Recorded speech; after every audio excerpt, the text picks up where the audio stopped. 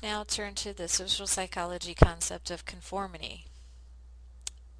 Conformity is adjusting one's behavior or thinking to coincide with a group standard. So if you saw these three lines on the paper or on the wall, which line would you say they matched? The one on the right, which one would you say it matched? Probably most of you would say A, but what if there were 5 people with you and they all said C? Would you be able to stand your ground and say, no, it looks like A to me, or would you maybe adjust your thoughts about it? Maybe you say, maybe they're right. So there's a famous study called Asch's conformity experiment that found that a lot of people was looking at things that cause us to conform. But as you saw in the Jim Jones video, they all conformed to the cult and decided to commit suicide, including making their children drink the poison. In 9/11, and you wonder, how did those people drive those planes into the buildings? Well, if you saw, there wasn't just one person on the plane. They had at least 2 to 4 people on the plane. I can't remember exactly how many, but it worked as a group and there was conformity, and so they were sure not to just put it on one person. So now what I have is I have a couple of conformity videos that I think will bring this topic to light. But an experiment is not a public opinion poll. It examines behavior under the pressure of social forces, as the experiment of Solomon Asch reveals. The experiment you'll be taking part in today involves the perception of lengths of lines. As you can see here, I have a number of cards, and on each card there are several lines. Your task is a very simple one. You're to look at the line on the left and determine which of the 3 lines on the right is equal to it in length. All right, we'll proceed in this order. You'll give your answer. Only one of the people in the group is a real subject, the 5th person with the white t-shirt. The others are confederates of the experimenter and have been told to give wrong answers on some of the trials.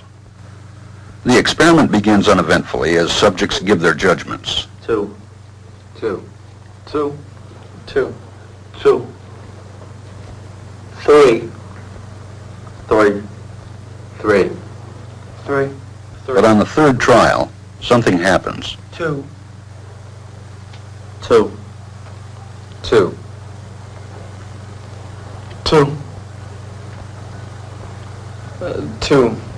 The subject denies the evidence of his own eyes and yields to group influence. 1. Asch found subjects went along with the group on 37% of the critical trials.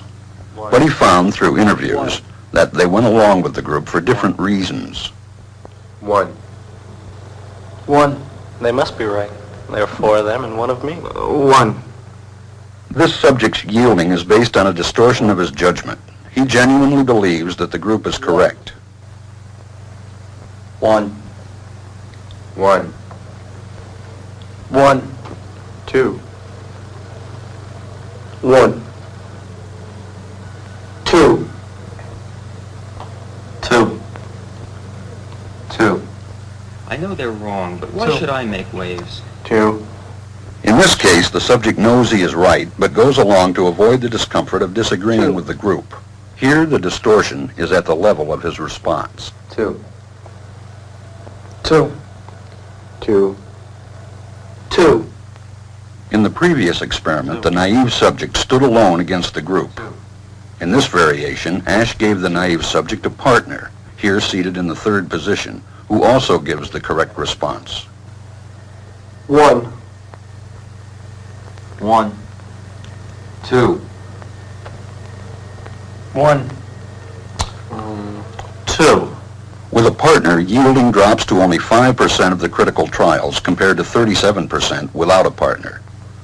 Although subjects report warmth and good feeling toward the partner, they typically deny that he played a role in their own independence. The partnership variation shows that much of the power of the group came not merely from its numbers, but from the unanimity of its opposition. When that unanimity is punctured, the group's power is greatly reduced. Sometimes we go along with the group because what they say convinces us they are right. This is called informational conformity. But sometimes we conform because we are apprehensive that the group will disapprove if we are deviant. This is called normative conformity. The strength of the normative factor is shown in another variation carried out by Asch. In this variation, the subject is told that because he had arrived late, he would have to write his answers. Subjects in this private response experiment are exposed to the same amount of misleading information as other subjects, but they are immune from any possible criticism by the group. 1. 1. And this enormously reduces the pressure to conform. Conformity drops by 2/3. Asch's experiment is a classic. It reveals how people will deny what they see and submit to group pressure. It allows us not only to observe conformity, but to study the conditions that increase or reduce its occurrence.